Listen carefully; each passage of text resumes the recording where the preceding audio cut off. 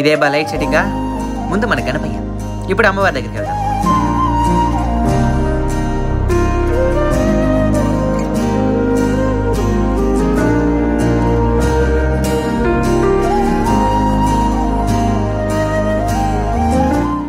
ఇదే అంకమ్మ తల్లి గుడి. గ్రామస్తులంతా అమ్మవారి కోసం ఎదురు చూస్తూ ఉన్నారు. అమ్మవారి ఇటువైపు బయలుదేరుతూ ఉన్నారు.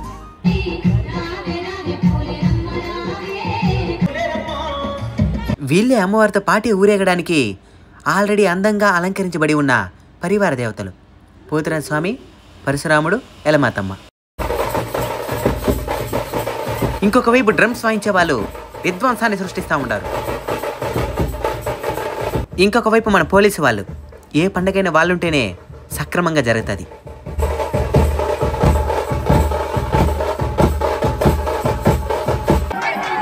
అమ్మవారి కొలుపు 5 రోజుల పాటు జరుగుతుంది. ఈ 5 రోజులు అమ్మవారి గుళ్ళో దేవుళ్ళ ముగ్గులను వేసి పూజలు చేస్తారు. అమ్మవారి అలంకరణ కూడా పూర్తయిపోయి వచ్చింది. కొద్దిసేపట్లో మనం అమ్మవారిని పూర్తిగా చూసేయబోతున్నాం.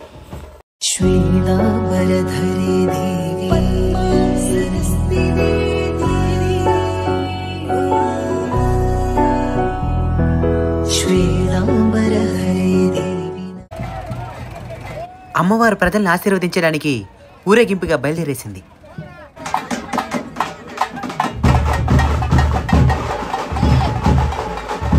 అమ్మవారు తమ ఇంటి ముందుకు వచ్చేసరికి ప్రతి ఒక్కరు అమ్మవారికి ఇష్టమైన కుంభం అనే వంటకాన్ని వడ్డిస్తారు. ఇక్కడ ఆల్రెడీ వేస్తున్నారు కదా, దీన్నే కుంభం అంటారు. ఇలా వడ్డించడం వెనుక ఒక కారణం ఉంది. పూర్వం బ్రహ్మదేవుని ఆహానికి ఆగ్రహాన్ని పొందిన శివయ్య బ్రహ్మదేవుని 5వ తలని తన చేత్తో గిల్లి పెకలించి వేస్తాడు. బ్రహ్మహత్య పాతకం. దానికి తోడు కోపగ్రస్తురాలైన బ్రహ్మదేవుడి భార్య సరస్వతీదేవి శివయ్యకి శాపం పెడుతుంది. మతిస్థిమితం కోల్పోయి పిచ్చివాడై ఊరూరు తిరుగుతూ ఆ బ్రహ్మ కపాలంలోనే భిక్షాటన చేస్తూ బ్రతుకు. ఎంత భిక్షమెత్తినా ఆ బ్రహ్మ కపాలం నిండదు. ఆ కపాలం నిండిన రోజు నీకు శాప విముక్తి జరుగుతుంది అని శపిస్తుంది సరస్వతీదేవి. ఆ శాపానికి గురైన శివయ్య దానిని చూసి తట్టుకోలేక పార్వతీదేవి శ్రీ మహావిష్ణువు సలహా మేరకు ఆ బ్రహ్మ కపాలాన్ని శివయ్య చేతి నుండి తన చేతికి లాక్కుంటుంది. ఇక అప్పటి నుంచి అమ్మవారు మతిస్థిమితం కోల్పోయి ఊర్లోకి ఎవరు రానియకపోయేసరికి శ్మశానంలోనే ఉంటూ పుర్రెల మాలలు ధరించి చిరిగిన బట్టలతో పీనుగుల మధ్య నివసించేది. అప్పుడు శ్రీ మహావిష్ణువు బ్రహ్మ కపాలానికి చాలా ఇష్టమైన వంటకాన్ని లక్ష్మీదేవి చేత వండిస్తాడు. ఆ వంటకం పేరే కుంభం. అన్ని రకాల కూరగాయలు, కుడుములు, కౌసుతో ఆ కుంభం తయారవుతుంది. ఈ కుంభాన్ని పార్వతీదేవి దగ్గరికి తీసుకువచ్చి 2 ముద్దలు బ్రహ్మ కపాలానికి పెట్టి రుచి చూపి 3వ ముద్దని పెట్టినట్టు పెట్టి ఆశ చూపించి కింద పడేస్తుంది లక్ష్మీదేవి. ఆ పాటికి రుచి మరిగిన ఆ బ్రహ్మ కపాలం అమ్మవారి చేతిని వదిలి ఆ కుంభం మీద పడుతుంది. వెంటనే అమ్మవారు ఆ బ్రహ్మ కపాలాన్ని తన కాలితో తొక్కి ఆసీనురాలవుతుంది. అంతటితో అమ్మవారికి శాప విముక్తి కలుగుతుంది. కపాలాన్ని ధరించింది కాబట్టే అమ్మవారిని అంకాలి అని పిలుస్తారు. ఇంత చరిత్ర ఉందన్నమాట అమ్మవారికి భక్తులందరూ ప్రేమగా సమర్పించే ఈ కుంభం వెనుక.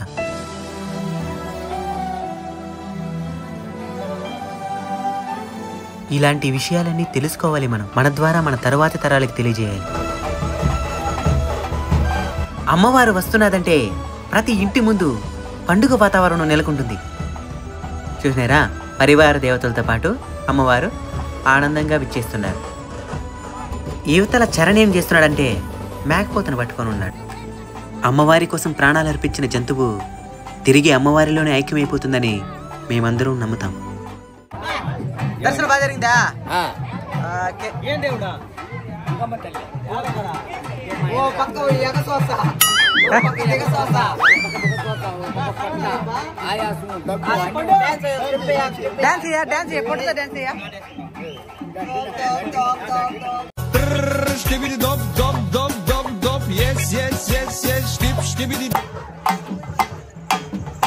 శివపార్వతులతో మా నాయన చిందులు.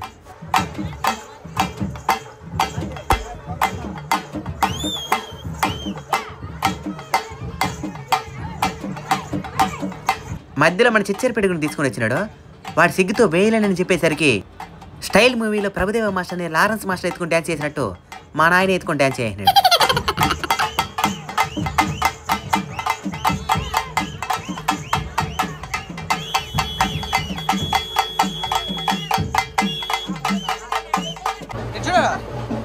సిగ్గుపడుతున్న సిన్నారులు.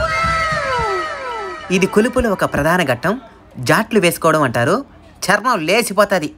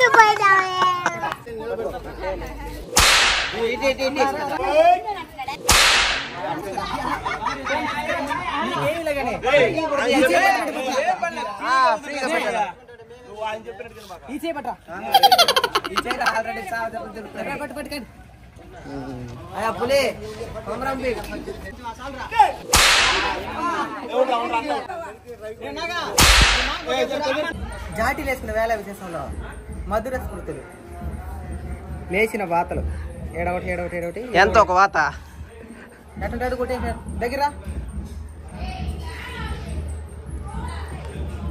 ఇప్పుడుది చరణ్ ఎట్టుందో చూపిస్తాం తరా నిలబడు జాతర ఆల్రెడీ ఈ చెయ్యి ఎంత పోయింది ఈ చెయ్యి చూపిరా ఈ చెయ్యి కొంచెం ఇప్పుడు రెడీ అవుతున్నది పోయేదానికి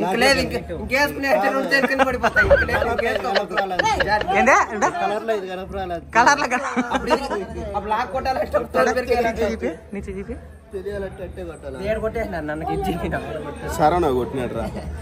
అయ్యో సిటీ నుంచి వచ్చిన పాడు బాధ మీ కష్టం పగవాడికి కూడా రాకూడదు గురుగారు మరేరా అంటావా ఎవరైనా దెబ్బలు తినాల్సిందే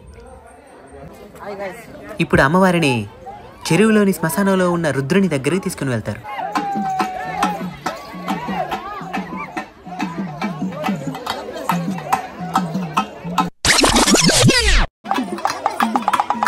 వచ్చినప్పటి నుంచి ఓరక్షణగా ఉండదు బ్యాక్గ్రౌండ్ ఈ బ్యాక్గ్రౌండ్ కంటే ఈ బ్యాక్గ్రౌండ్ ఇంకా హైలైట్ ఉంటుంది. ఊరంతా అమ్మవారితో కదిలి శ్మశానంలో ఉన్న శివయ్యని చూడడానికి వస్తున్నారు. చూడముచ్చటగా ఉంది కదా. ఇది చూసినావా, ఇది కామెడీ అంటే.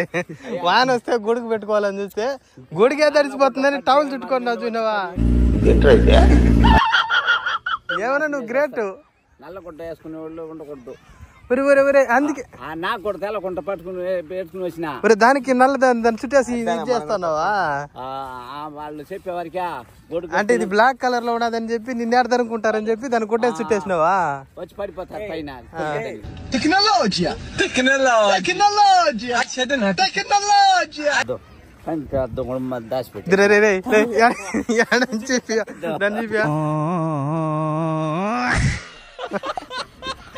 బ్లాక్ కలర్ లో ఉండేదని చూసి అంతా భయపడుతున్నారా.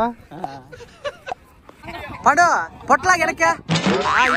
చెరువులో సైతం జాటీల దెబ్బలు తప్పవు. ఇదే శ్మశానంలో ఏర్పరిచిన శివయ్య రుద్రుని రూపం.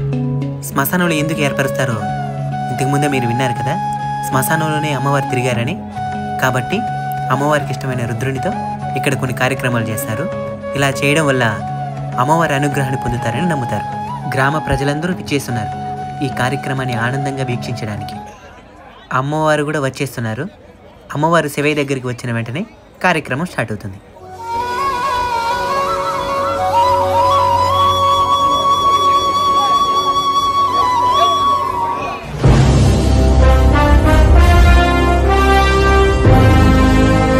అమ్మవారు రుద్రుని దగ్గరికి వచ్చేసింది. ఇక మీదట జరిగే కార్యక్రమాల్ని మీ కళ్ళారా మీరే వీక్షించండి.